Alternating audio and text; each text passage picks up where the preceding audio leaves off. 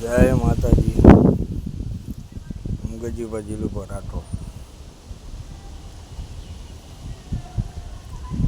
મારા હોશ હોવાથી હું આ કહું છું, ગમે ત્યારે હું મરી જાઉં, બને તો હું ઘરે જઈ સોગંદનામું કરી આવીશ. અમારી નોકરી એ ટાઈપની છે, કદાચ રજા મળે ના મળે, કદાચ મરી ગયો, હું ઘરે ના ગયો, તો મારા બા બાપુનો જમીનમાં મકાનમાં જે ભાગ આવ્યો એમાં મારે કાંઈ લેવા દેવા નહીં. અને મારે મારી પત્નીને બંધુ નથી. એટલે હું મરી જાઉં તો મારી પત્નીનો હક નહીં અને મારોય હક નહીં. મારા બા બાપુની જે જમીન જે ગરાસ આવ્યો મારી ઘરવાળીનો હક નહીં ને મારોય નહીં. મારી ઘરવાળી મારા ભેગી રહેતી નથી, એની માની ઘરે રહેશે, બરાબર. એ જમીન મકાન એને નહીં. અને હું મરી જાઉં તો મારા મોતનો જવાબદારી એક જ થાય, બે જ વ્યક્તિ થાય.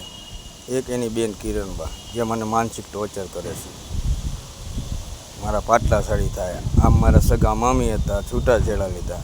અને બીજો એનો ભાણેજ જે જયપાલ, જે મને ધમકીઓ આપે, બરાબર. આ મારા મોતના બે જવાબદાર રહેશે.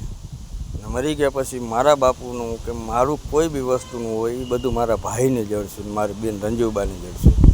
બાકી મારી ઘરવાળીનો કોઈ હકીસો નથી, બરાબર. આ વિડીયો દ્વારા હું તમને જણાવું છું.